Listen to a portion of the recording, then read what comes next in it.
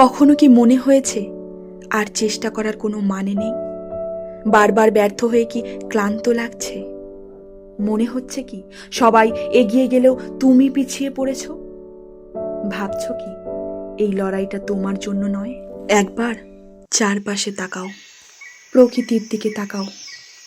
ওরা কেউ প্রশ্ন করে না পারবো তো, ওরা শুধু চেষ্টা করে। চড়ুই পাখির ডানা ছোট, তবু সে উড়তে শেখা ছাড়ে না। পিঁপড়ে নিজের চেয়ে বড় বোঝা টানে, কারণ সে জানে ধীরে হলেও থামা যাবে না। কচ্ছপ জানে সে দ্রুত নয়, তাই সে দৌড়ায় না, কিন্তু পথ ছাড়েও না। ঈগল একা উড়ে, কারণ সে জানে ভিড় নয়, দৃষ্টি বড় হতে হয়।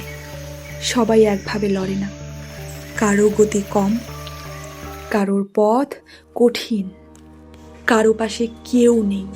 কিন্তু এক জিনিস সবার জন্য এক, চলতে থাকলে তবেই বদল আসে। আজ যদি তুমি হাল ছাড়তে চাও, আর একবার ভেবে দেখো, প্রকৃতি কখনো হাল ছাড়ে না, নিজের গতিতেই এগিয়ে যায়। হাল ছেড়ো না।